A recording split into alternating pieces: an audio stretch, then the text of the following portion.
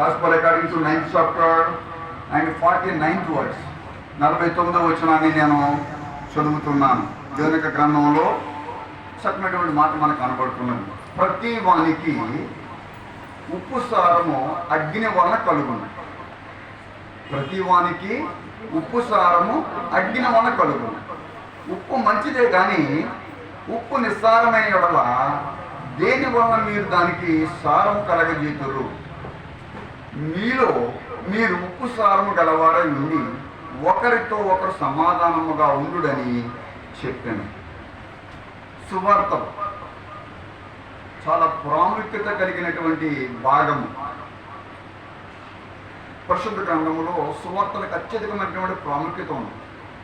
ఎందుకంటే క్రీస్తు పుట్టుక దగ్గర నుండి క్రీస్తు మరణం, క్రీస్తు యొక్క పునరుద్ధానం, క్రీస్తు యొక్క అద్భుతాలు, ఆయన చేసినటువంటి క్రియలన్నింటినీ ఈ నలుగురు మత్తయి, మార్కు, లూకా, యోహాను అనే వారు చాలా క్లియర్గా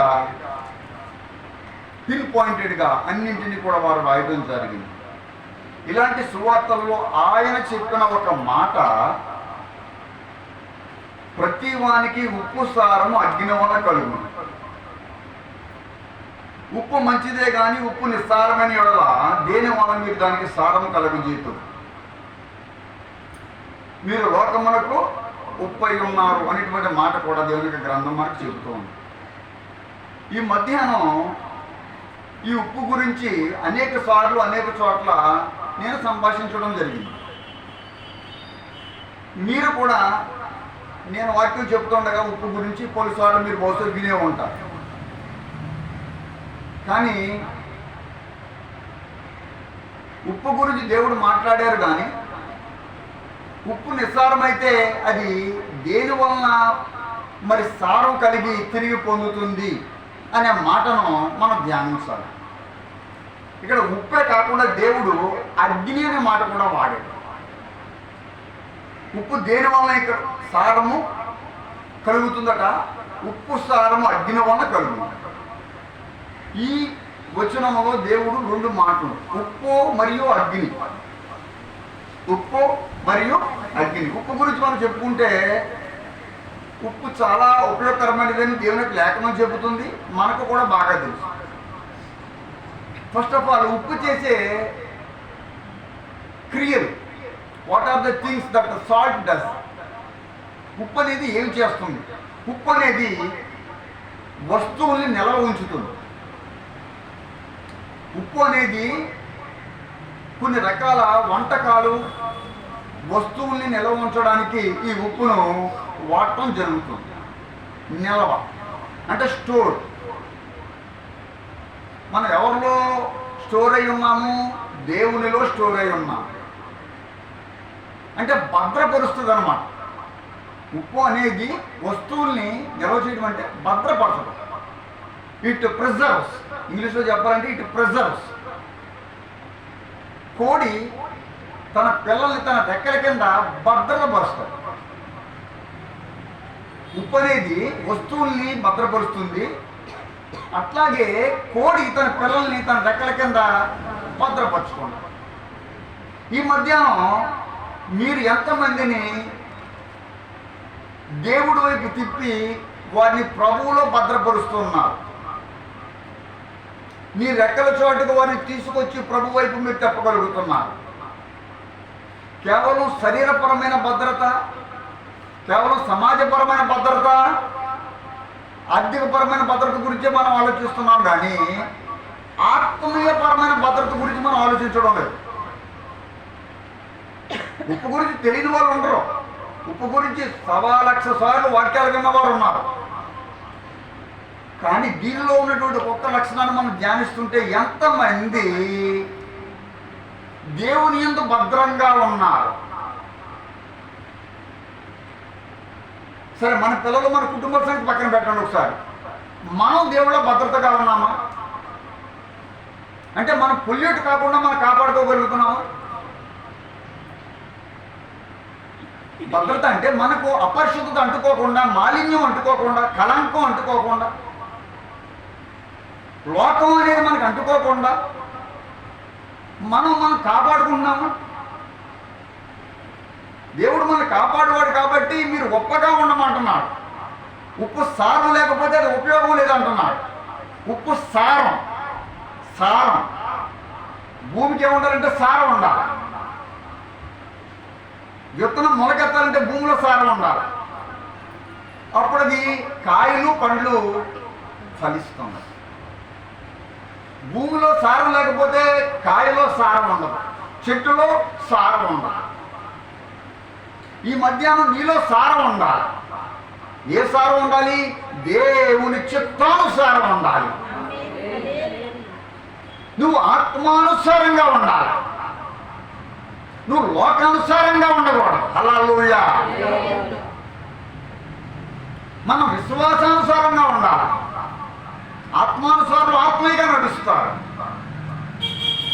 అటు శరీరానుసారం గురించి చెప్తుంది. సారం, శరీరానుసారులు, సారం, వాళ్ళ సారం శరీరత్వం. మన సారం ఆత్మసారం, ఆత్మానుసారులు. మనం ఎప్పుడు సారం పొంది ఉంటామంటే మనం ఆత్మ కలిగి ఉంటే మనం ఆత్మానుసారులు అవుతాం. ఉప్పు ఎప్పుడు వాడతాము? ఉప్పు నిలవదైతే ఉప్పదనం ఉండదు. ఒక కొంచెం ఉప్పు తీసుకొచ్చి మనం నిల్వ చేసుకుని 2 సంవత్సరాల తర్వాత వాడుకుంటే దాంట్లో ఉప్పదనం ఉండదు. అది వాడలేదు కాబట్టి అది నీరుగా అయిపోయి ఆ ప్రాంతం అంతా కూడా దెబ్బపాటు చేసేస్తాం. ప్లస్ దాంట్లో ఉప్పదనం ఉండదండి. అది బయట పాడేయడానికి తప్ప ఎందుకు పనిచేయదు. మీరు కూడా దేవుడికి ఉపయోగపడకపోతే అది అగ్నిలో పడవేయడానికి తప్ప ఎందుకు కూడా పని చెయ్యదు అని లేఖనం క్లియర్గా మనతో చెప్పాలి. మనలో సారం ఉండాలి. సారం శరీరానుసారం కాదు, ఆత్మానుసారంగా ఉండాలి. ఆయన దగ్గరకు వచ్చిన ప్రతి బిడ్డకు దేవుడు ఆత్మ అభిషేకం ఇస్తాడు.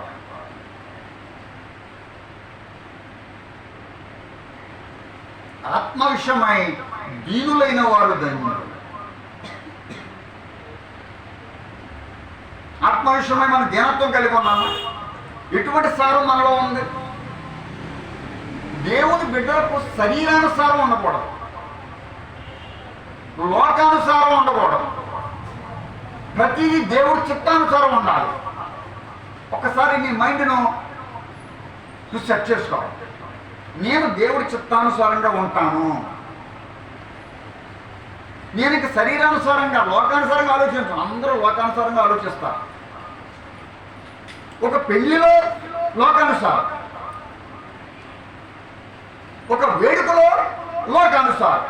అందరూ ఏం చేస్తే రోకలు పట్టుకుంటారు, లేకపోతే అదేంటది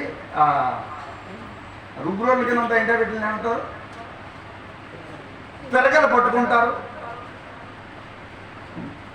వాళ్ళు ఆ కార్యక్రమాలన్నీ చేస్తారు. ఎందుకంటే వాళ్ళు లోకానుసారం. నువ్వు దాన్ని ఖండించగలగాలి. నువ్వు ఖండించలేకపోతున్నావు అంటే నువ్వు లోకానుసారి. దావీదైతే దేవుడి చిత్తానుసారం. మనం దేవుడి చిత్తానుసారంగా ఉండాలి. అప్పుడు మనకు భద్రత ఉంటుంది. దేవుడే నా పక్షం అయితే నాకు విరోధి అవ్వడం. దేవుడి పక్షాన ఉండాలి అంటే నువ్వు దేవుడి పక్షాన ఉండాలి. నువ్వు దేవుడి పక్షాన ఉన్నాడు అనడానికి రుజువు ఏమిటంటే దేవుడు ఆలోచన ప్రకారం నడవాలి. దేవుడు ఆజ్ఞాపించిన దాని ప్రకారం నడుచుకోవాలి, గైకోనాలి. ఆయన ఆజ్ఞను ప్రేమించాలి. ద్వితీయోపదేశకాండంలో చాలాసార్లు చాలా మందికి చెప్పాను, యుద్ధం ముందు మీరు బహు జాగ్రత్తగా ఉండాలి. మీరు ఆయన ఆజ్ఞను ప్రేమించాలి. మీరు ఆయన ప్రేమించాలి. ఉప్పు చేసేది భద్రత, భద్రత భద్రపరుస్తుంది. పచ్చడిలో ఉప్పు చాలా అవసరం, కూరల్లో ఉప్పు చాలా అవసరం. ఈవెన్ ఈ బాడీలో కూడా ఈ ఉప్పు అనేది ఉన్నది, సాల్ట్ ఉంది. ఇది ప్రెజర్వ్స్ అంటే ఇది పాడైపోకుండా కాపాడుతుంది. ఇప్పుడు నిన్ను నీ ఆత్మ పాడైపోకుండా కాపాడేది దేవుని ఆత్మ.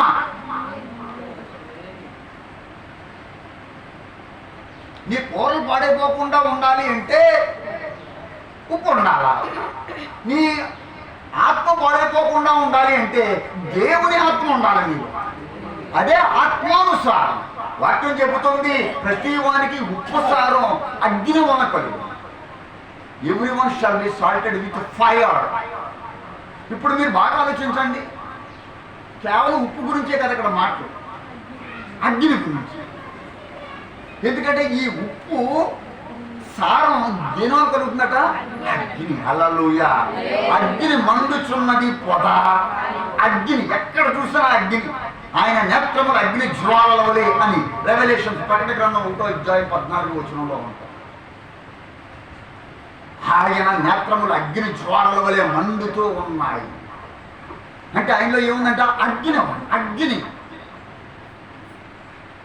ఇప్పుడు ఆయన దగ్గరకు వచ్చిన మనము ఈ అగ్ని వల్ల మనం ఏం పొందాలంటే సారం పొందాలి. ఏం పొందాలి? సారం పొందాలి. అప్పుడు ఉప్పు నిస్సారం కాకుండా, అప్పుడు నువ్వు పడవేయబడవు, అప్పుడు నువ్వు త్రోసివేయబడవు, అప్పుడు నువ్వు నిర్లక్ష్య పెట్టబడవు. నీ మాటల దేవుడు వింటాడు. నువ్వు దేవుని ప్రేమిస్తే దేవుడు నిన్ను ప్రేమిస్తాడు ఆటోమేటిక్గా. సైమల్టేనియస్గా జరిగే క్రియ. నన్ను ప్రేమించు వాడిని నేను ప్రేమించాను లేకుండా చెప్తలేదా?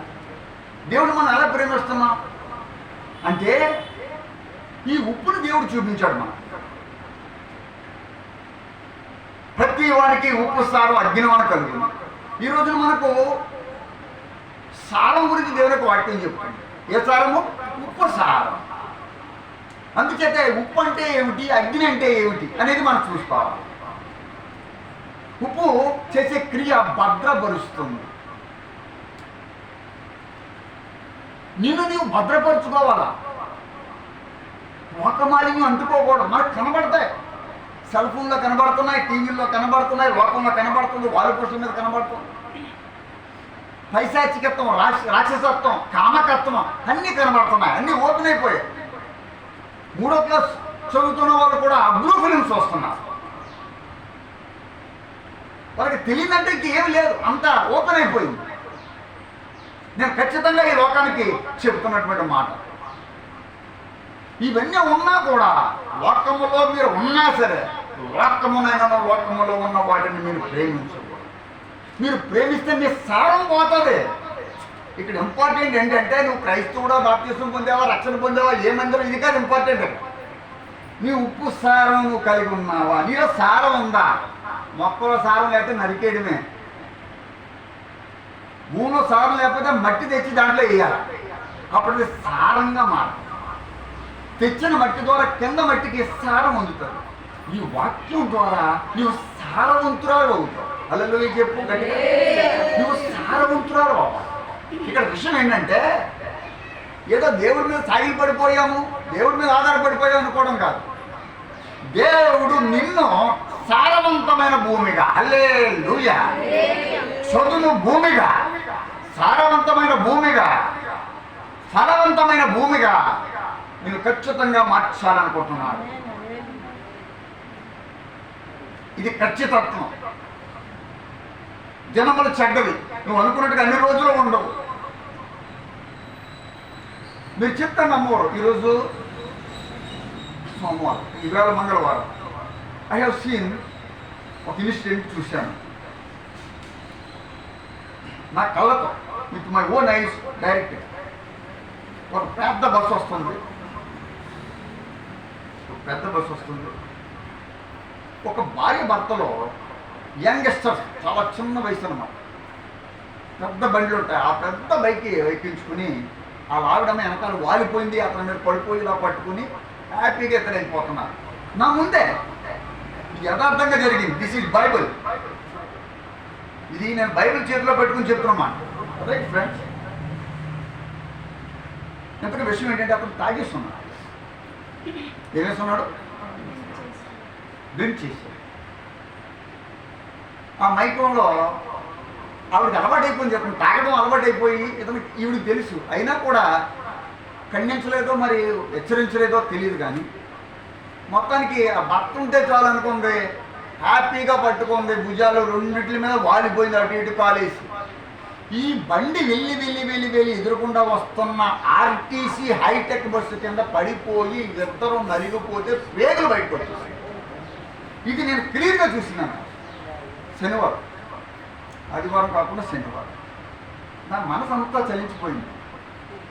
ఎంత ఏ పాట వాళ్ళు మనం ఎన్నిసార్లు నువ్వు బండి మీద వెళ్తలేదు?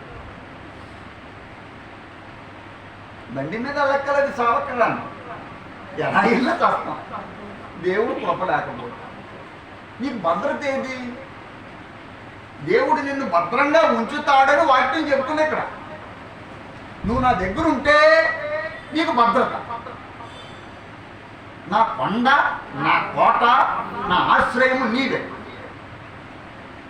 ఎవరు? దేవుడు. నువ్వు దేవుని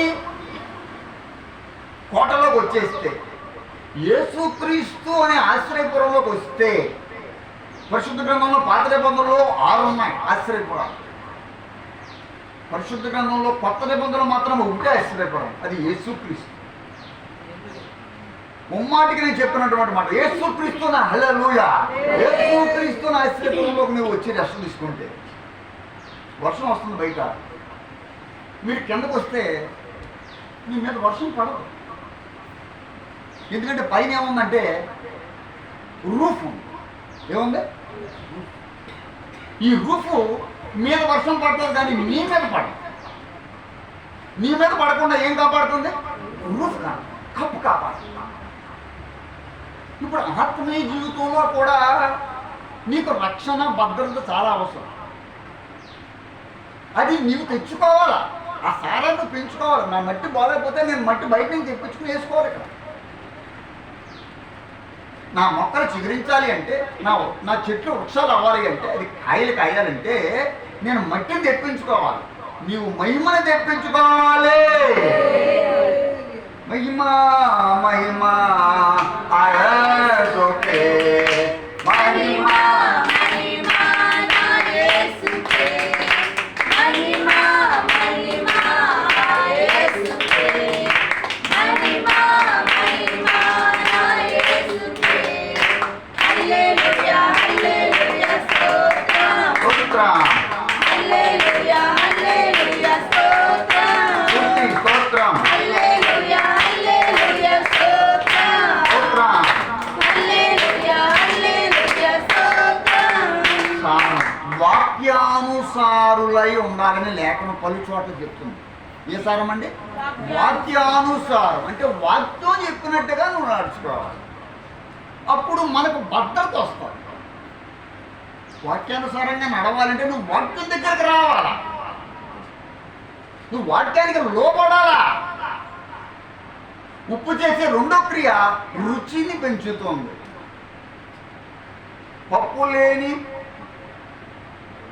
పప్పు లేని తిండి ఫలము లేదు, ఉప్పు లేని కూర రుచి లేదు. ఉప్పు లేని కూర ఉప్పు రుచిని పెంచుతుంది.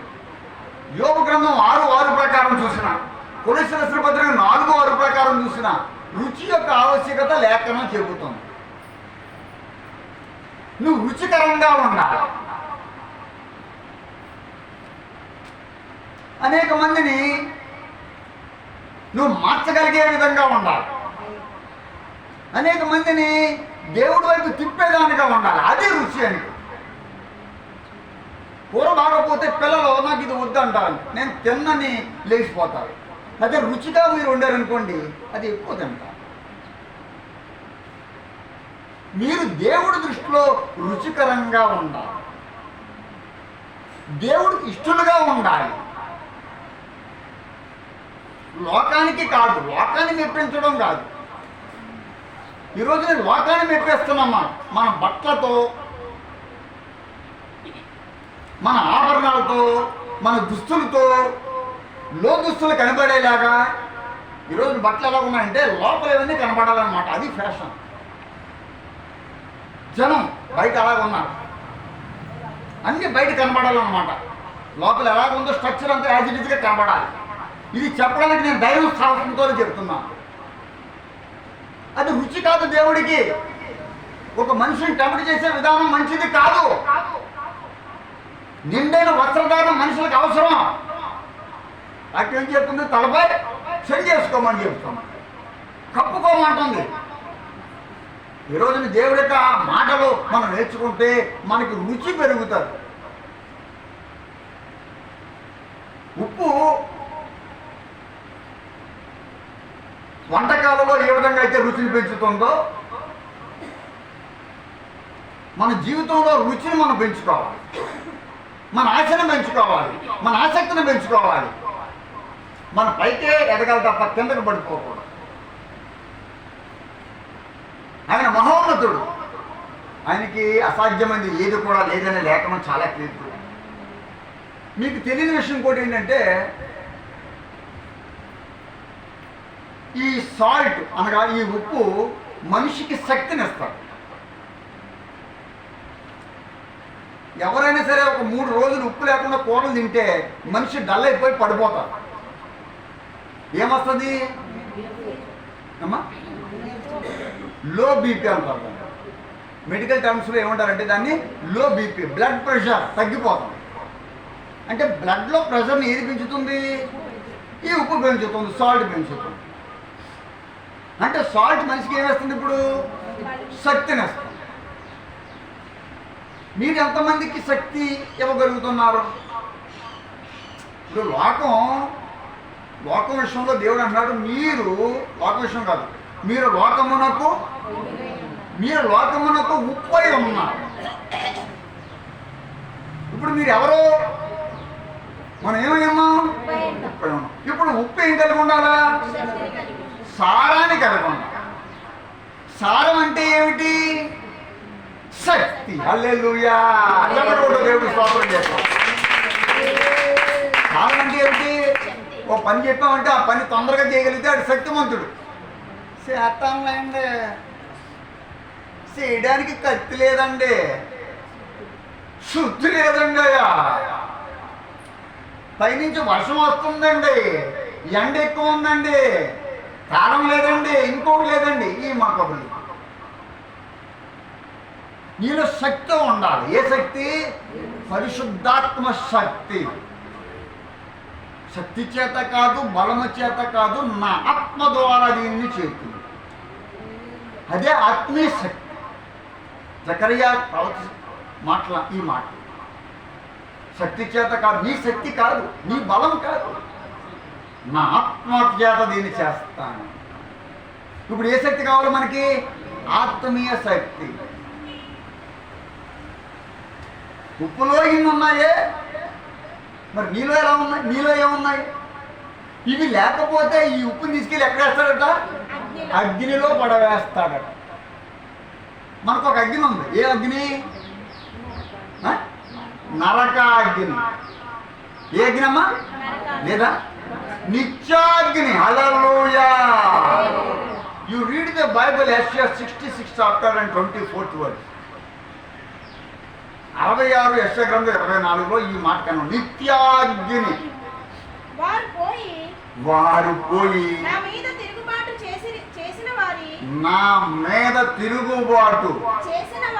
చేసిన వారి కళేబరములను అమ్మా వాటి పురుగు చావదు, వాటి అగ్ని ఆరిపోదు, సమస్త శరీరులకు. ఆమేన్. హల్లెలూయా. That is known as everlasting fire. నిత్య అగ్నిలో. ఒకవేళ ఈ లోకంలో మన శ్రమలకు గురి కాకుండా కొంతమంది చచ్చిపోతారు. దేవుడు నమ్ముకున్నా నమ్ముకోకపోయినా కొంతమందికి శ్రమలు, శోధనలు ఉండవండి.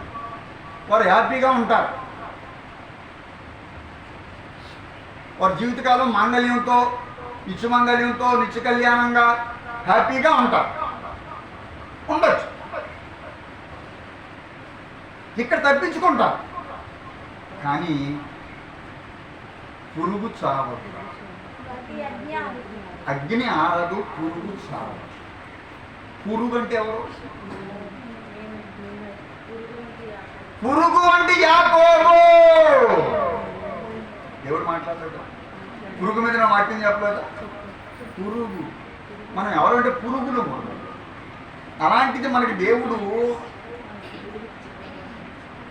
ఉప్పదనాన్ని ఇచ్చి టేస్టీ పర్సన్స్గా చేస్తున్నాడు. రుచికరమైన వాడుగా, మీరు లోకానికి రుచికరమైనటువంటి వాడుగా. మీరు లోకంలో ఫలించేవారుగా. నీతిమంతుడు కమాల వృక్షం వలె బ్యూటిఫుల్. అందాన్ని ఇస్తాడు దేవుడు, ఆనందాన్ని ఇస్తాడు దేవుడు, ఆరోగ్యాన్ని దేవుడు ఎవరంటే మారుస్తాడు. నీ అనారోగ్యం నుండి ఆరోగ్యంలో దేవుడిని మార్చగలడు.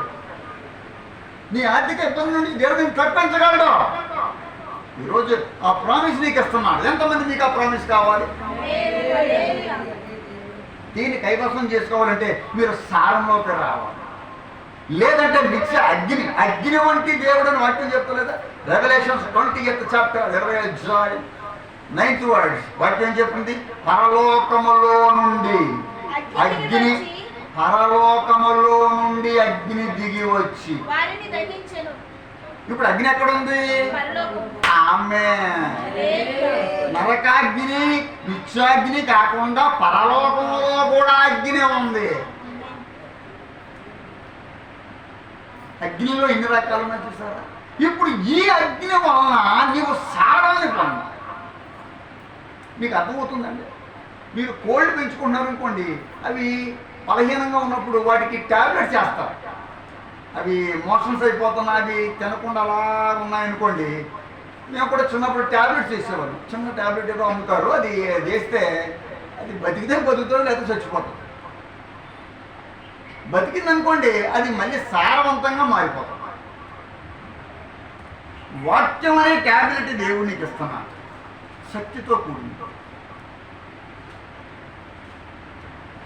నీ వాక్యమే నన్ను ముమ్మాటికి ఇది బతికించేది. నీకు భద్రతనిచ్చేది, బతికించేది, భద్రతనిచ్చేది. ఉప్పు ఏ విధంగా అయితే నీ ఇంట్లో వంటకాలన్నిటికీ భద్రతనిస్తుందో, కాపాడుతుందో పాడైపోకుండా, దేవుడు నువ్వు పాడైపోకుండా, ఒకవేళ పాడైపోయినా కూడా మళ్ళీ తిరిగి బాగు చేసి. ఎంతమంది పాడైపోయిన వాడిని దేవుడు బాగు చేయలేదు? కుష్ఠరోగిని బాగు చేయలేదా? గుడ్డివాడిని బాగు చేయలేదా? దేవుడు బాగు చేసే దేవుడు. నువ్వు సారంలోకి వస్తే నువ్వు బాగుపడతావు. ఆ సీక్రెట్ కూడా దేవుడే చెప్తున్నాడు. ఇప్పుడు శరీరరీతిగా దేవుడు మన మధ్యలో లేడు, వాక్యం ఉంటే ఉంది మనకు.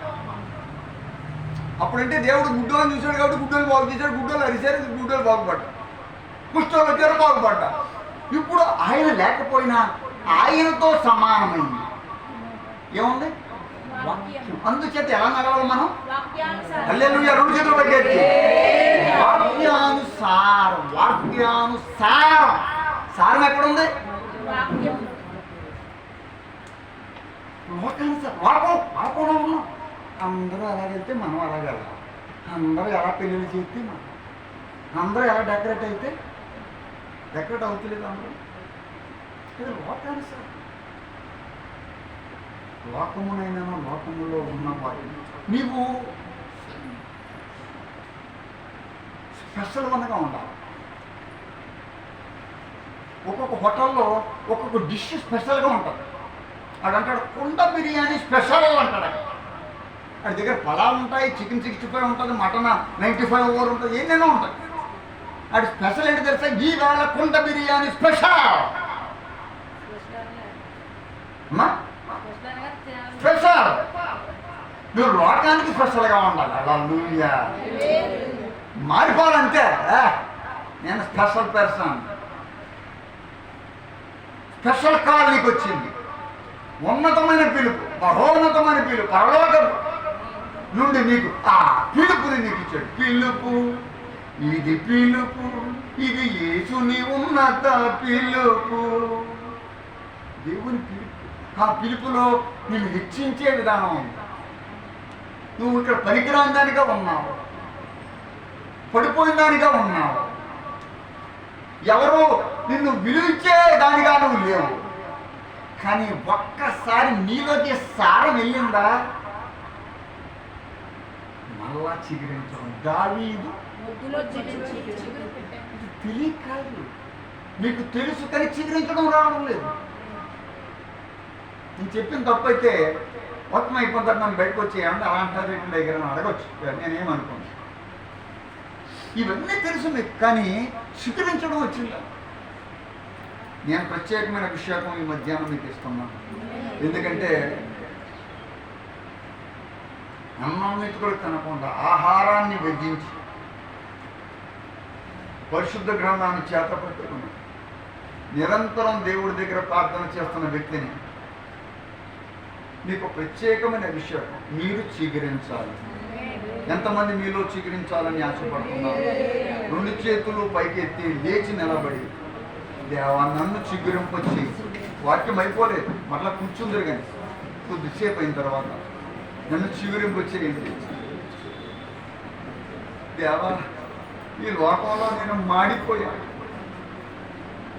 ఈ లోకంలో పైగే బతుకుతున్నాను, ఏ మంచి బట్టలు వేసుకున్నాను, కానీ నా లోపల ఏమీ లేదు. నా శరీరంలో సత్వం లేదు, సారం లేదు. నా కుటుంబంలో కూడా పైనే అందరూ నా కుటుంబాన్ని చూసి ఏదో అనుకుంటున్నారు, కానీ నా దగ్గర ఏమీ లేదు డాడీ. డాడీ నా దగ్గర ఏమీ లేదు డాడీ. నా శరీరంలో కూడా శక్తి లేదు డాడీ. నా ఎముకలు అరిగిపోయాయి నా పాపం వల్ల. దావీదు నా శరీరం క్షీణించిపోయింది డాడీ. దేవా తండ్రి మరొకసారి ఒక రుచి కలదైన దానిగా నన్ను చేయండి. ఒక శక్తితో నన్ను నింపండి ప్రభువా. ఒక బలముతో నన్ను నింపండి ప్రభువా. నేను మళ్ళీ తిరిగి సమకూర్చబడాలి. చెప్పుకోండి, నేను మళ్ళీ తిరిగి సమకూర్చు. దేవుడి సన్నిధిలో మీ ప్రార్థన దేవుడు వెళుతాడు. ఒక దైవజనుడు మీకు ఆశీర్వాదం ఇచ్చాడు. రా రా దేవుడితో సంధి చేసుకో. అమ్మ లోకంతో సంధి మాని. జరిగింది, నిజమే, నష్టం జరిగింది. శరీరపరమైన నష్టం, సమాజపరంగా నష్టపోయావు, కుటుంబ పరంగా నష్టపోయావు. ఎవరో మరణించారు, నష్టం వచ్చింది, అప్పులు పోయాయి, అప్పులు వచ్చేయిపోయాయి, డబ్బులు పోయాయి, డబ్బు పోయే దుమ్ము పడినట్టుగా జీవితం ఉంది, నిజమే. కానీ మరొకసారి దేవుడి యొక్క అభిషేకం నీ మీదకి వచ్చిన గాక.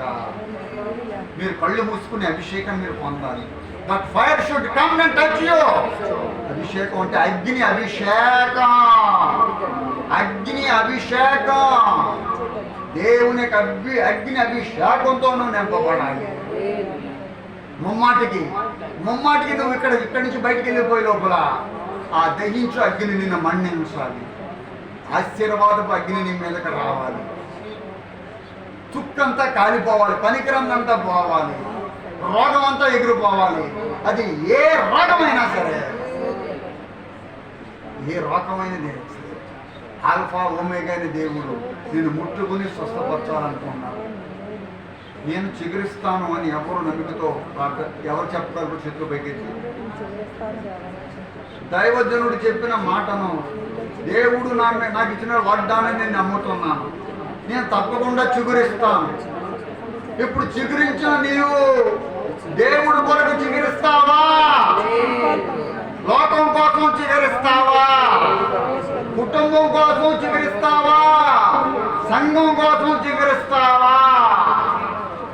ఆత్మలవా ఆత్మాభిషేకం ఆత్మలవరము దయచేయుమా. ఆత్మలవాహం ఆత్మాభిషేకం ఆత్మలవరము దయచేయుమా. మహిమ నీ మీదకు మహిమ దిగి వచ్చును గాక. ఈరోజు నువ్వు ట్యాబ్లెట్స్ వేసుకుంటుంటే త్వరలో నువ్వు ట్యాబ్లెట్స్ క్యాప్సూల్స్ వేసుకోవడం మాని. మందుల మీద ఆధారపడు. దేవుడు మహిమ కొరకు ఎదురుచు. నీ బీపీని దేవుడు బాగు చేయను కాక. నీకున్న డయాబెటీస్ ప్రాబ్లమ్ దేవుడు బాగు చేయను కాక. నీకున్న ఇచ్చింగ్ ప్రాబ్లమ్ దేవుడు బాగు చేయను కాక. నీ రక్తంలో దేవుడు శుద్ధిని దయచేయను కాక. నీ రక్తమే నన్ను శుద్ధీకరించు. నీ రక్తమే లామో. నీ రక్తమే శుద్ధీకరించు. నీ రక్తమే నా బలము. దయచేసి కూర్చోండి. ఇప్పుడు బలము ఏది? బలము మనకు దేవుని రక్తమే బలం. దేవుని రక్తము నీకు ఏమిస్తుందండి? బలం వేస్తుంది. ఇప్పుడు దేవుడు శిలువలో నీ కొరకు కార్చిన రక్తం ద్వారా మీరు ఆ శక్తిని పొందుతున్నారు.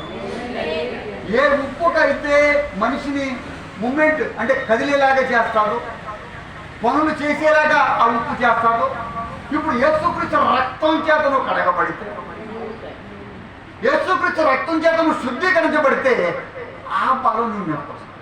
ఇప్పుడు నువ్వు క్రియలు చేయగలవు.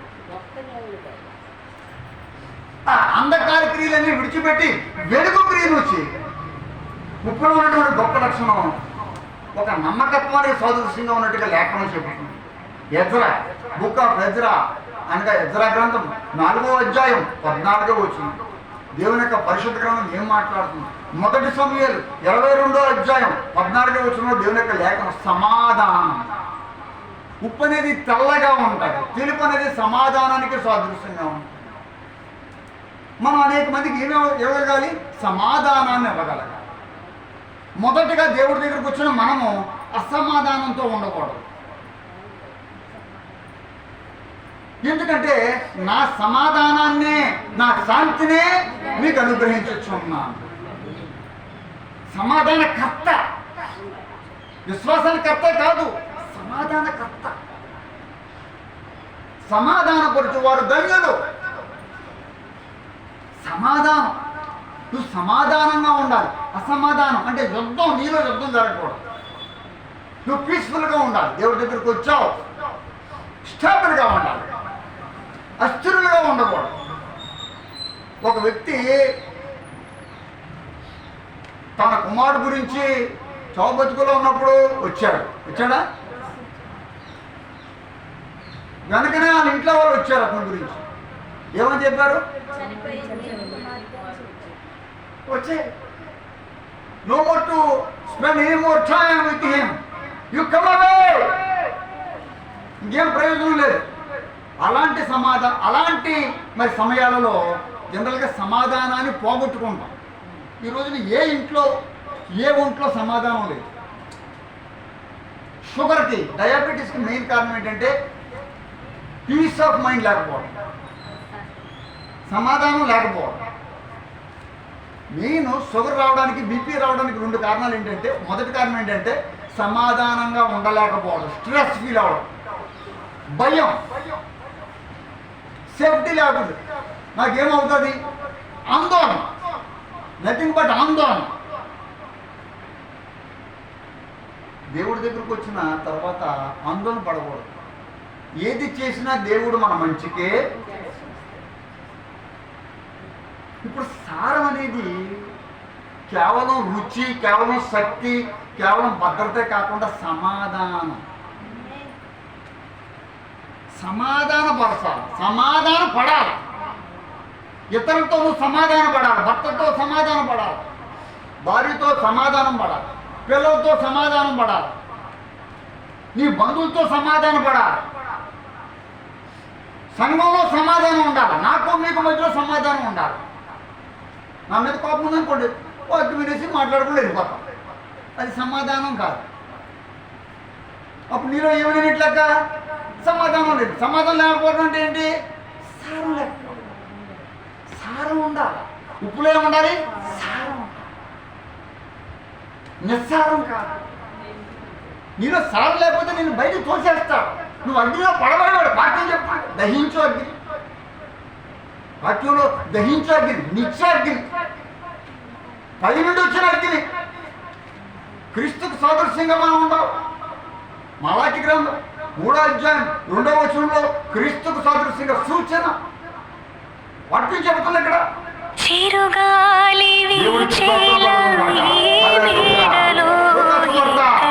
అధ్యాయము 16వ వచనంలో వాక్యం చెబుతున్న చక్కనటువంటి మాట, ఆయన అగ్నితో మీకు బాప్తిసం ఇస్తాడు.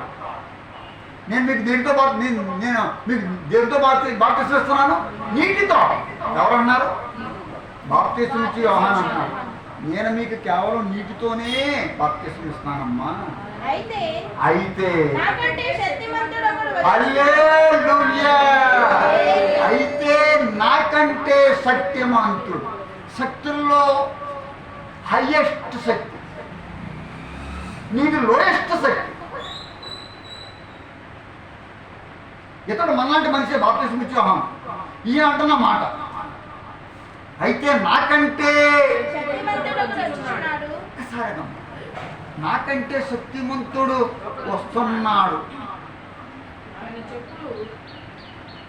ఆయన నాకంటే శక్తిమంతుడు. ఆయన మన దగ్గరకు వచ్చాడు కాబట్టి ఆ శక్తి మన దగ్గరికి రావాలి. అంటే ఆ అగ్ని మన దగ్గరికి రావాలి. ఆయన చెప్పుల వారు ఎప్పుడైనా నేను సరిపోను, నేను మీకు నీటితో బాప్తిస్తున్నాను, కానీ ఆయన మీకు అంటే ఇప్పుడు ఉప్పు అనేది దేంతో సారాంతించబడుతుంది? అగ్నితో. మీరు ఇప్పుడు అగ్ని బాప్తిసం పొందారా, నీటి బాప్తిసం పొందారు? మీరు ఆలోచించండి బాగా. వాక్యం అంటే టైం స్పెండింగ్ గురించి రావడం కాదు. మనం వాక్యం దగ్గరకు వచ్చాము, డాక్టర్ గారి దగ్గరికి వెళ్ళామంటే అమ్మ ఆయన మంచి వైద్యం చేయాలి. మనం డాక్టర్ గారి దగ్గరికి మనం వెళ్ళామంటే ఆయన మంచి టాబ్లెట్స్ రాయాలి, మనకు రోగం తగ్గిపోవాలి. మనం దేవుడు వాక్యం దగ్గరికి వచ్చామంటే మంచి దీవెన పొందుకోవాలి. అంతే. రేపు ఉంటామో చస్తామో మనకు తెలియదు, ఎవరికి తెలియదు. ఎవరికి తెలుసు? ఎవరికి తెలియదు. దేవుడి గురించి పక్కన పెట్టు. ఈరోజు నువ్వు దేవుడు వాక్యం దగ్గరకు వచ్చావా? ఏ డాక్టర్ గారి మీద అంత నమ్మకం ఉంది, పరమ వైద్యుడి మీద నమ్మకం లేదా? ఉప్పు అనేది నమ్మకత్వానికి సాదృశ్యంగా ఉంటుంది. ఎజ్రా గ్రంథంలో చూపించాం 4:14. ఏం చెప్తుంది వాక్యం? 4:14 Ezra, book of Ezra 4th chapter and 14th వర్స్లో చక్కని మాట నేను మీకు చూపించాలనుకున్నాను. ఏముంది ఇక్కడ అంటే, ప్రియులారా, మేము రాజు యొక్క ఉప్పు తిన్నవారము కనుక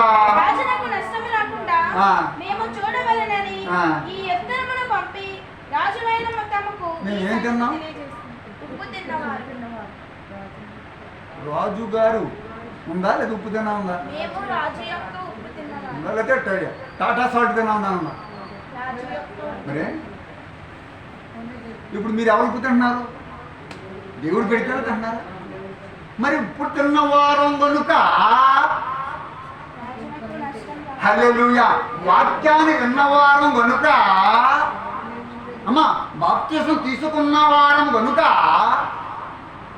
మా దైవజనుడు చెప్పినట్టుగా మేము నడుచుకోవాలనుకున్నాం కనుక అప్పుడు మీరు సారవంతులు అవుతారు. ఈ రోజు మీకు ఒకటే, మీరందరూ సారవంతులు అవ్వాలి. ఏమవ్వాలి? ఎంతమంది అయితే అభిషేకం పొందాలనుకుంటున్నారు? సారవంతుల్లాగా. నువ్వు సారవంతురాలు అయితే నీ కుటుంబం సారవంతురాలు అవుతుంది. భూమి మంచిదైతే, భూమి సారవంతులు అయితే మొక్క సారంగా అయిపోతుంది. మొక్క సారం అయితే ఫలాలు సారంగా ఉంటాయి. ఫలాలు సారంగా అంటే దాని విత్తనాలు సారంగా ఉంటాయి. దాని విత్తనాలు సారంగా ఉంటే అది మళ్ళీ సిగరిస్తుంది. హల్లెలూయా, హల్లెలూయా. నీ హృదయంలో నీవు దేవుని ఆత్మానుసారం అనే భూమిని సారవంతంగా చేసుకుంటే నీ దగ్గర నుంచి వచ్చేది అంతా సారవంతమే ఉంటుంది, నిస్సారం ఉండదు. నువ్వు మట్టిని ముట్టుకుంటే అది బంగారం అవుతుంది. నువ్వు అలాగ ఉండవు. కొంతమంది బంగారాన్ని ముట్టుకుని చూసేటోడికి అది మట్టి అయిపోతావు. మీరు ఎంతమంది బంగారాన్ని నమ్మేసుకున్నారు? ఎందుకు నష్టపోయారు? అది ఎవరికో పాలైపోయింది, కొంతమందికి పడిపోయింది. మీరు ఎవరో బంగారం పోగొట్టుకున్నారో లేదో నాకు తెలియదు, కానీ నేను ఈ లింక్ ద్వారా అనేక మంది చెప్తున్నాను కాబట్టి బంగారం పోగొట్టుకున్న వాళ్ళు ఉన్నారు, బంగారాన్ని అమ్ముకున్న వాళ్ళు ఉన్నారు. లేదు, ఈ రోజు నుండి నీ బతుకంతా బంగారం అవ్వాలి. నువ్వు బంగారం కొనాలి, నువ్వు దేవుడికి బంగారం కూడా ఇవ్వాలి. బంగారము బోలము సంబరాన్ని. హల్లెలూయా. దేవుడికి ఏమి ఇచ్చారండి? బంగారము బోలము సంబరాన్ని. ఏ బంగారం ఎందుకు ఇచ్చారు? అది విలువైంది. వారు ఇవ్వగలిగారంటే వాళ్ళ దగ్గర ఉంది, వాళ్ళ దగ్గర ఉందంటే వాళ్ళు ధనవంతులు, వారు ధనికులు. నువ్వెలాగున్నావు? నువ్వెందుకు ధనికురాలు కావు? ఎందుకు నీ పేదరికం పోదు? దేవుడి సారాన్ని ఇస్తానన్నాడు కదా. మార్క్స్ వార్త 9:50 ప్రకారం అది సమాధానానికి సదృశ్యం. ఇందాక చదివిందే 9th చాప్టర్ 49 and 50 చదివించాను. ఉప్పు దేనికి సదృశ్యంగా ఉందట? సమాధానానికి. మీరు ఒకరితో ఒకరు ఏం కలిగి ఉండాలట? ఏది సమాధానం? నీ గుండెలో సమాధానం లేదు. నిజం చెప్తున్నాను. సమస్త రోగాలకి కారణం ఏంటంటే సమాధానం లేదు. అన్నిటికీ తొందరపడడం, అన్నింటికీ ఆందోళన పడడం. దేవుని దగ్గరకు వచ్చిన తర్వాత స్టాబిల్గా ఉండాలి, అంటే స్థిరంగా ఉండాలి, అంటే ధైర్యంగా ఉండాలి. దేవుడి దగ్గరకు వచ్చిన తర్వాత అమ్మా నేను దేవుడు నమ్ముకున్నాను, దేవుడు చూసుకుంటాడు. యెహోవా ఈరే, యెహోవా ఈరే, చూచుకునే దేవుడు. అబ్రహాము గారిని తన కుమారుడు అడుగుతాడు, నాన్న కర్రలు తెచ్చావు, కట్టెలు ఉన్నాయి, నిప్పు తెచ్చావు, but where is the sacrifice? బలిది. చాలా ఎమోషనల్ సిచ్యువేషన్. అప్పుడు అబ్రహాం గారు అంటారు, యెహోవా చూసుకుంటాడు, యెహోవా ఈరే. ఎప్పుడైనా నువ్వు నీ పిల్లలకి ఈ పాఠం నేర్పించావా? ఎప్పుడైనా ఈ పాఠాన్ని నువ్వు నేర్చుకున్నావా?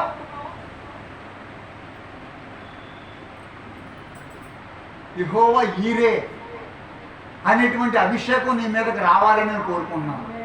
అన్నింటికీ దేవుడి మీద ఆధారపడ్డాం. ఈరోజు లోకం అంతా అప్పుల మీద. పేదోళ్ళమ్మో ధనికులు యొక్క డబ్బు మీద ఆధారపడ్డారు, అంటే వడ్డీలకు తెచ్చుకుంటున్నారు పాపం. వాళ్ళేమో పేదోళ్ళ మీద ఆధారపడ్డారు. ఇంటర్ డిపెండెన్స్ అన్నమాట. పేదోడు ఎలా ఉందంటే పాపం డబ్బు లేనప్పుడు డబ్బులు తెచ్చుకున్నారు, వడ్డీల వాళ్ళు వచ్చి గట్టి కొడుతుంటే వాళ్ళు ఆత్మహత్య చేసి తెచ్చిపోతున్నారు. వీళ్ళు కొంతకాలం వాళ్ళ మీద బతకగలుగుతున్నారు, కానీ వాళ్ళైతే వీళ్ళ మీదే బతుకుతున్నారు. వీళ్ళు ఇచ్చే వడ్డీల మీద వాళ్ళు బతుకుతున్నారు.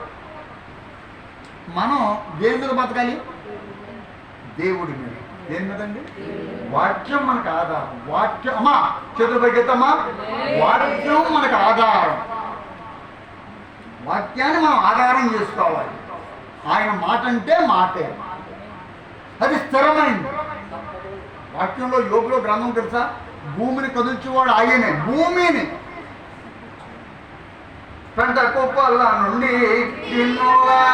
పైకి లేపే ప్రభుడవుతాడు.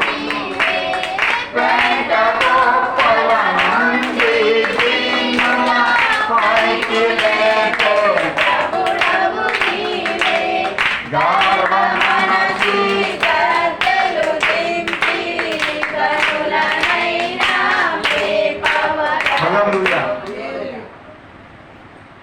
దేవుడు పేదవాడిని పైకెత్తుతాడు, దీనులను ఆయన ఆదరిస్తాడు. కేవలం పరిశుద్ధ గ్రంథంలోనే కాదు, కానీ పరిశుద్ధ గ్రంథంలో ఉన్నటువంటి ఎవరో కొన్ని ఉదాహరణలు చెప్పడం కాదు. ఈ లోకంలో కొన్ని వేల మందిని చూస్తున్నాం. ఆయన దగ్గరకు వచ్చిన వారు అందరూ సమకూర్చబడుతున్నారు. నీవెందుకు సమకూర్చబడవు? వారానికి ఒకసారి ఉపవాసం పెట్టుకో, మోకరించి ప్రార్థన చేయి, ఎల్లప్పుడూ ప్రార్థన చేయి. నువ్వు జీవించినంత కాలము స్తోత్రము స్తుతి చెప్పు. నీ బాడీలో ఎన్ని మార్పులు వస్తాయని నేను చెప్తాను. నువ్వు ఉంటే చెప్పు. నీకు చదువు రాదా? స్తోత్రం చెప్పగలవు కదా. నీకు చదువు రాదు, స్తుతి అనలేవా? హల్లెలూయా అనలేవా? దేవానికి వందనాలని చెప్పలేవా? ఉదయకాలం లేచి మోకాలుండి ప్రార్థన చేయలేవా? కొన్ని చేతులు ఎత్తి ప్రార్థన చేయలేవా? నువ్వు మోకాలు ఉండకపోతే చేతుల పైకి ఎత్తి ప్రార్థన చేయి. చేతుల పైకి, అది పెద్ద విజయానికి సూచన అండి. చేతుల పైకి ఎత్తడం విజయానికి సూచన. నువ్వు చేతులు పైకెత్తావంటే ఆకాశమందున్న ఆసీనుడా నీ తట్టు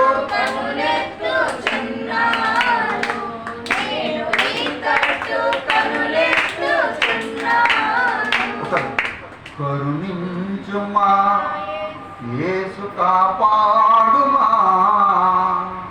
ఇదమ్మా, కరుణించుమా యేసు నీ తట్టు కనులెత్తుచుంది. ఎవరు పెట్టాలి చేతులు? నువ్వు ఎత్తినప్పుడు నీ మీదకి సారం. నువ్వు ఎప్పుడైతే బలహీనంగా ఉంటావో అప్పుడు నీకు దేవుడు సారవంతురాలుగా చేస్తాడు. ఎందుకంటే పైనుంచి వచ్చేది చాలా గొప్పది.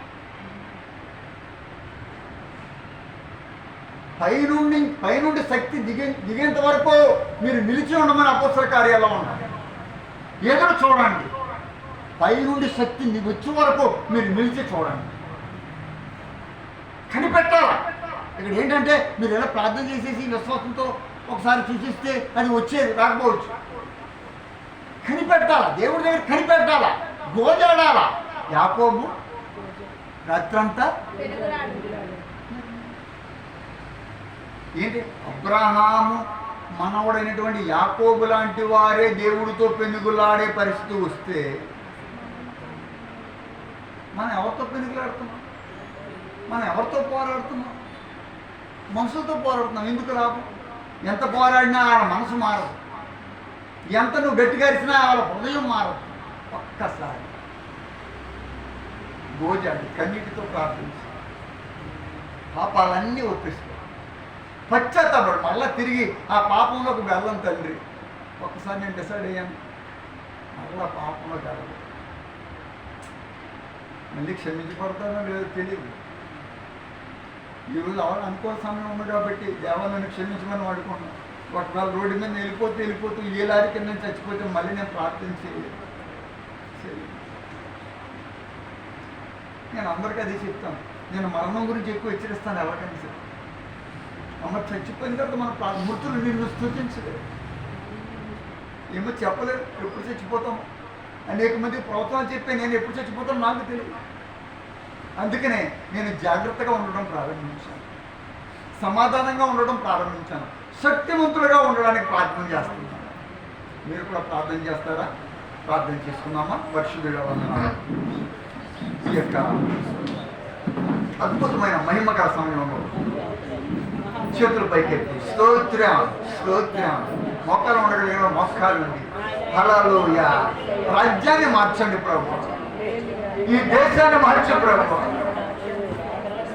ఈ ప్రజలను మార్చు ప్రభు, నా కుటుంబాన్ని మార్చు డాడీ నీకు వందనాలు. నా మనసు మార్చు ప్రభు, నా జీవితం మార్చు ప్రభు, నా పరిస్థితులు మార్చు ప్రభు, నాకు భద్రత ప్రభు, నాకు రుచికరమైన జీవితం నాకు ప్రసాదించండి. రాజుగారు ఉప్పు తిన్న వారమై అనుదినంలో నాకు పోషిస్తున్నావు బాబు, అనుదినంలో నడిపేస్తున్నావు, కానీ నాకు కృతజ్ఞత లేదు తండ్రి.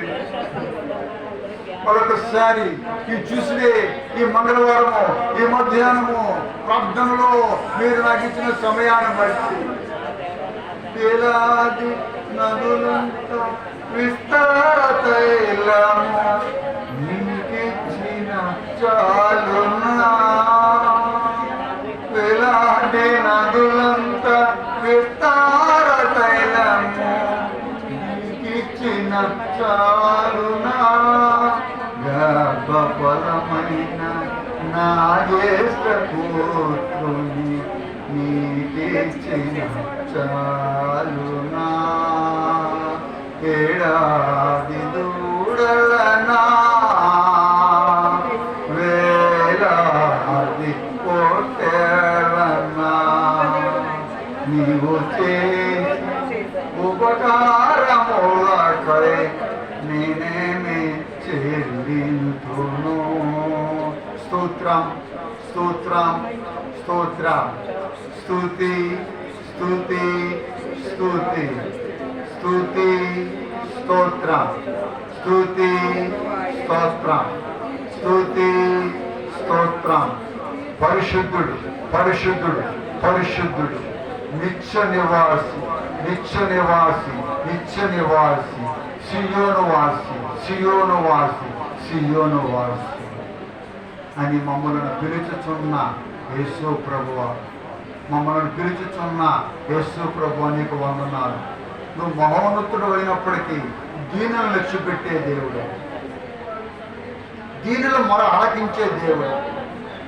దీనత్వాన్ని కలిగి ఈ రోజుని నీ జనుల కొరకు, నా కొరకు, నా సంఘం కొరకు, నీ సంఘం కొరకు, నా సంఘం కాదు నీ సంఘం కొరకు, నీ సంఘం అంతటి కొరకు, ప్రపంచంలో ఉన్న అన్ని సంఘాల కొరకు చేతులెత్తే ప్రార్థిస్తున్నాను. ప్రతి ఒక్కరిని బలపరచండి, శక్తితో నింపండి. సమాధానాన్ని అన్ని సంఘాల మధ్యన, అన్ని దేశాల మధ్యన, అన్ని ప్రధానుల మధ్యన, అందరు మంత్రుల మధ్యన, అన్ని నేషన్స్ మధ్యన మీరు ఏర్పాటు చేయండి. ఈ మధ్యాహ్నం ఇంత మంచి అవకాశం ఇచ్చావు. నీ మహిమతో నీ బిడ్డలందరినీ నింపండి. ఇప్పటి వరకు వారి మీద ఉన్న శాప కోపం నుండి బయటకు లాగి, హల్లెలూయా, కోపములో నుండి లాగివేసే దేవుడు, కోపములో నుండి బయటకు లాగుతున్నా. పాప కోపం విడుదల యేసయ్య నామములో విమోచన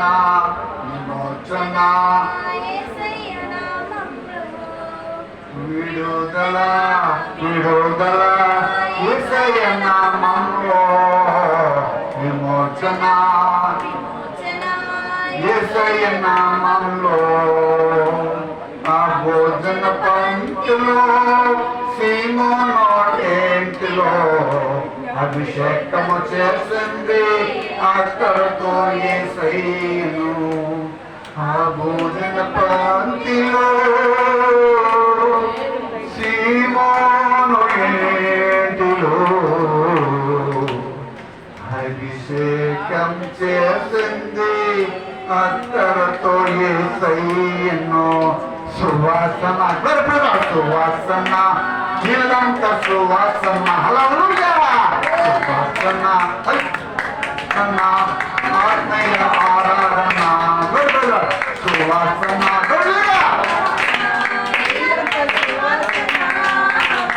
ఆరాధన, మహిమ ఆరాధన,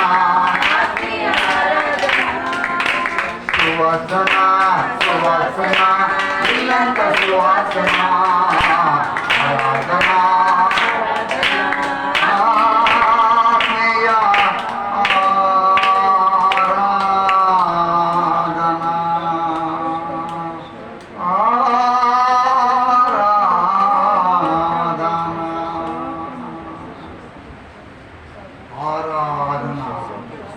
నన్ను ఆరాధించు, ఆత్మతో సత్యముతో ఆరాధించు. అగ్ని వంటి దేవుడు నిస్సారమైన నీ జీవితంలో, కుటుంబంలో మరణం చోటు చేసుకుందని బలహీనంగా ఉన్న నీ జీవితంలో, కుటుంబంలో ఆర్థిక ఇబ్బందులు ఉన్నాయి అని బలహీనమైన స్థితిలో ఉన్న నీ జీవితంలో, ఎండిపోయాను, ఎవరు బతికిస్తారేక నన్ను అని ఆలోచిస్తున్న సోదరుడా, దేవుడు నీ పక్షం ఉన్నాడు. నిన్ను బతికించేవాడు దేవుడు. నీ కొరకు దేవుడు వైద్యాన్ని మారుస్తాడు. దేవుడు పరమ వైద్యుడు. యెహోవా ఈరే. భయపడకు, నేను భయపడను, ఇక నేను భయపడను,